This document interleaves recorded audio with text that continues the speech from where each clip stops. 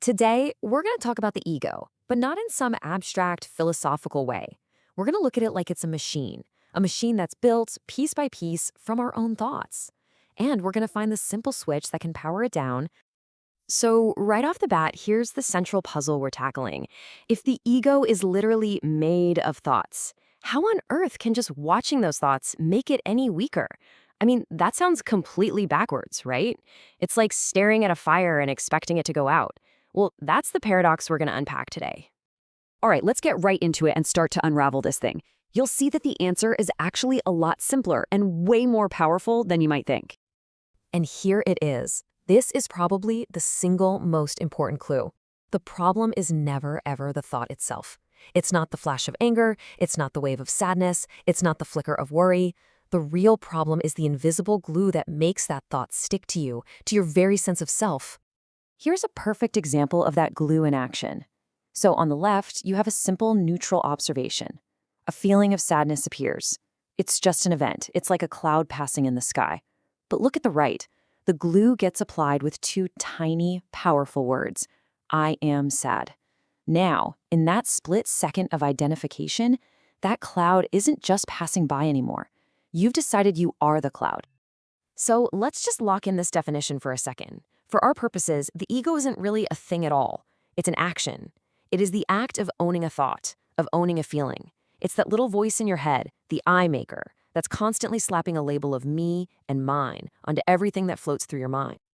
And this pretty much lays out the entire mechanism in one super simple equation. You have a thought, any thought. Then you unconsciously identify with it. And in that instant, bam, the ego is born. It's this automatic process that's just running in the background of our minds totally unnoticed. That is, until we decide to flick on the lights. Okay, so if that unconscious identification is the problem, what's the solution? Well, that brings us right here to awareness, the disarming light. This is such a powerful way to think about it. You know, this whole ego-making process, it really is like a parasite. It can only thrive in the dark, when you're not paying attention, when you're just on autopilot. The second you shine the light of your awareness on it, it just can't survive. It withers. So what really happens when you shine that light? Well, when you just observe a thought, instead of grabbing onto it, you completely disarm it. It just loses its emotional punch. It gets downgraded from being my personal crisis to just being a mental event. The whole story-making machine just grinds to a halt. And the thought, now that it's powerless, just passes on by. Okay, theory is all well and good, but let's make this super practical. Let's use a case study that every single one of us experiences probably every single day. Hunger. Let's trace hunger right back to its source. It starts as a purely physical, totally neutral signal. Your stomach gets empty, a hormone called ghrelin gets released, and it sends a simple, straightforward message to your brain. Hey, time to refuel. And what's really important here is that at this stage, there's absolutely zero suffering. It's just data. So if hunger starts out as just neutral data, how does it turn into that agitated, irritable, hangry feeling we all know and hate? Let's follow that journey from a simple signal to actual, real suffering. This escalation, it happens in layers. First, you get the physical signal. That creates a raw sensation, that feeling of emptiness. Then the mind jumps in and creates a story. I need to eat now. But it's that fourth step, step 4, that's where the ego completely hijacks the whole process. The story suddenly becomes, my hunger is a huge problem. I am suffering. And that's the exact moment a neutral signal becomes personal. So let's just state this as clearly as we possibly can. The physical sensation that we call hunger is not, by itself, suffering. It can't be. It's just a bunch of physical feelings. The suffering we feel comes entirely from our psychological reaction to those feelings, the story we tell ourselves about them without even realizing it.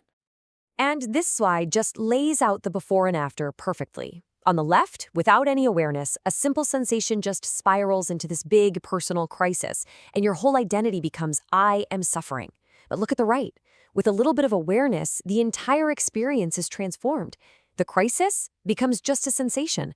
The panic becomes just a thought about food. And your identity shifts from I am suffering to the much more accurate the body is signaling. And we're not talking about a small change here. By simply observing the sensations of hunger, without adding all that mental drama, the psychological urgency, that feeling of, I have to eat now, can drop by as much as 70%.